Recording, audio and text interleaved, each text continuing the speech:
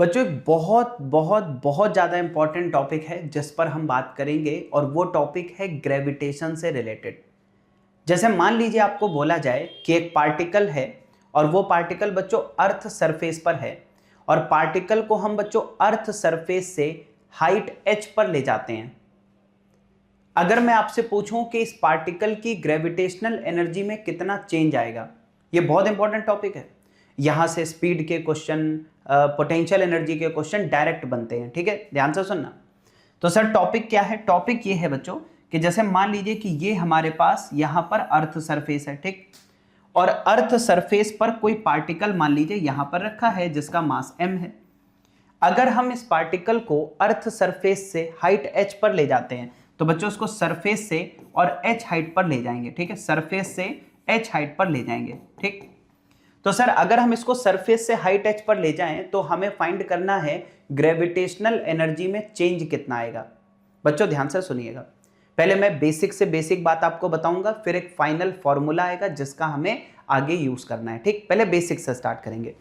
बच्चों अगर मैं आपसे बोलूं कि जब ये पार्टिकल सरफेस पर था तब इस सिस्टम की इनिशियल पोटेंशियल एनर्जी क्या थी, तो सर अगर हम इनिशियल पोटेंशियल एनर्जी की बात करेंगे तो वो आएगा -g capital M small m। और बच्चों जरा सोचो, जब ये पार्टिकल सरफेस पर होगा तो अर्थ के सेंटर से और इस पार्टिकल तक की दूरी कितनी होगी? Capital R। ठीक है, तो ये हो गई इनिशियल एनर्जी। सर अगर हम फाइनल एनर्जी की बात करें तो -g capital M small m divided by, जब ये पार्टिकल बच्चों हाइट h पर पहुंच गया तो सेंटर से कितना दूर है? R प्लस h, तो यहां पर हो जाएगा सर R प्लस h। अब मुझे ये फाइंड करना है कि पोटेंशियल एनर्जी में चेंज कितना आया है। सर अगर हम चेंज की बात करें तो ये होता है फाइनल माइनस इनिशियल, तो इसमें से इसको माइनस कर दो तो ये हो जाएगा GMM और ब्रैकेट में आ जाएगा 1/r minus 1/r plus h। अब बच्चों ये सॉल्व करना है तो ये क्या आ जाएगा? देखो r प्लस h इधर आ जाएगा, माइनस r से r कैंसिल हो जाएगा, ऊपर बचेगा h। तो यहां पर अगर आप देखो ये हो जाएगा GMM, यहां पर हो जाएगा बच्चों h और नीचे यहां पर आएगा r और साथ ही साथ r प्लस h। तो एक काम कर सकते हैं बच्चों, अगर r और r प्लस h आ रहा है, r कॉमन कर लो तो बाहर तो r स्क्वायर हो जाएगा और ये हो जाएगा 1 plus h upon r। Sir ऐसा क्यों करवा रहे हो? देखो बेटा gm अपॉन r स्क्वायर दिख रहा है, ये होता है स्मॉल g की वैल्यू सरफेस पर। g की वैल्यू सरफेस पर क्या होती है? gm upon r square. तो जहां पर बच्चों gm अपॉन r स्क्वायर दिख रहा है इसकी जगह स्मॉल g लिख सकते हो, तो ये हो जाएगा बच्चों mgh divided by 1 plus h upon r। बात समझ में आ रही है? ये बहुत ज्यादा इंपॉर्टेंट फॉर्मूला है बच्चों, एग्जाम में डायरेक्ट यूज करो, बहुत समय बचेगा। यानी कि कोई भी पार्टिकल अगर अर्थ सरफेस से हाइट h पर जाता है तो सिस्टम की जो ग्रेविटेशनल पोटेंशियल एनर्जी बच्चों कितने से चेंज होगी?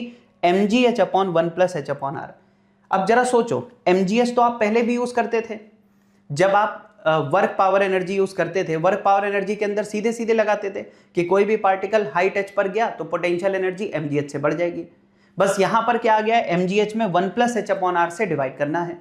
तो बच्चों ग्रेविटेशनल एनर्जी में चेंज कितना आ गया? mgh upon 1 plus h upon r। ठीक है, अब सर इसका एप्लीकेशन क्या है? इसका एक एप्लीकेशन तो बच्चों डायरेक्ट है, वो क्या है कि सर एक तो हमें फॉर्मूला पता होना चाहिए कि sir mgh divided by 1 plus h upon r।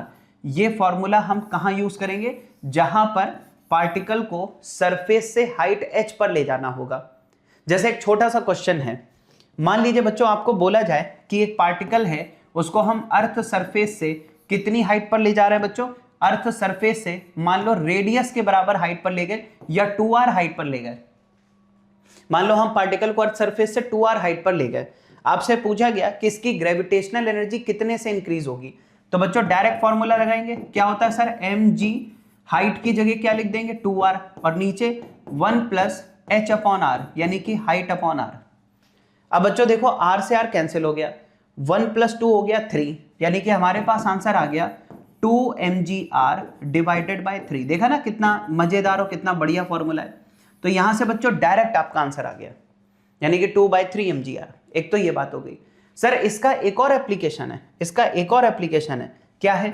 मान लो बच्चों क्वेश्चन में ये बोला जाए, कि एक पार्टिकल है बच्चों और उसको हमने किसी हाइट, मान लो किसी हाइट 3r से रिलीज कर दिया।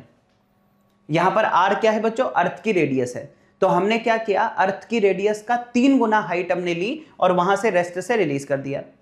अब क्वेश्चन ये है कि जब ये पार्टिकल बच्चों अर्थ सरफेस पर पहुंचेगा तब इसकी स्पीड क्या होगी। तो ये वाले क्वेश्चन भी इसी से सॉल्व हो जाएंगे। कैसे सर, हमें पता है टोटल एनर्जी कंजर्व है, तो हम क्या लिखेंगे, change in potential energy plus change in kinetic energy बराबर 0, यही तो लगाएंगे। अच्छा सर, ये क्योंकि नीचे आ रहा है तो पोटेंशियल एनर्जी डिक्रीज करेगी, तो एक लग जाएगा माइनस, और फॉर्मूला वही लगेगा बच्चों, mgh, h की जगह 3r divided by 1 plus h upon r, है ना, ऐसे। और बच्चों काइनेटिक एनर्जी में चेंज कितना होगा, तो final kinetic energy minus initial kinetic energy, तो ये हो गया काइनेटिक एनर्जी में चेंज। और बहुत आसानी से बच्चों यहां से स्पीड फाइंड कर लेंगे। चलो सॉल्व करते हैं। सर ऊपर 3 नीचे आ जाएगा 4, तो यहां पर हो जाएगा बच्चों हाफ mv², और इस चीज को बच्चों दूसरी साइड ले जाओ तो ये आ जाएगा 3/4 mgr। बच्चों देखो m से m यहां पर कैंसिल कर दो, और यहां पर आपको स्पीड कितनी मिल रही है सरफेस पर, तो बेटा 2 से इसको कैंसिल करोगे और ये आ जाएगा स्क्वायर रूट ऑफ, ठीक है, square root of 3gr divided by 2। तो बच्चों इतनी स्पीड यहां पर मिल जाएगी, यानी ये पार्टिकल जब अर्थ सरफेस पर आएगा तो ये स्पीड आपको मिलेगी।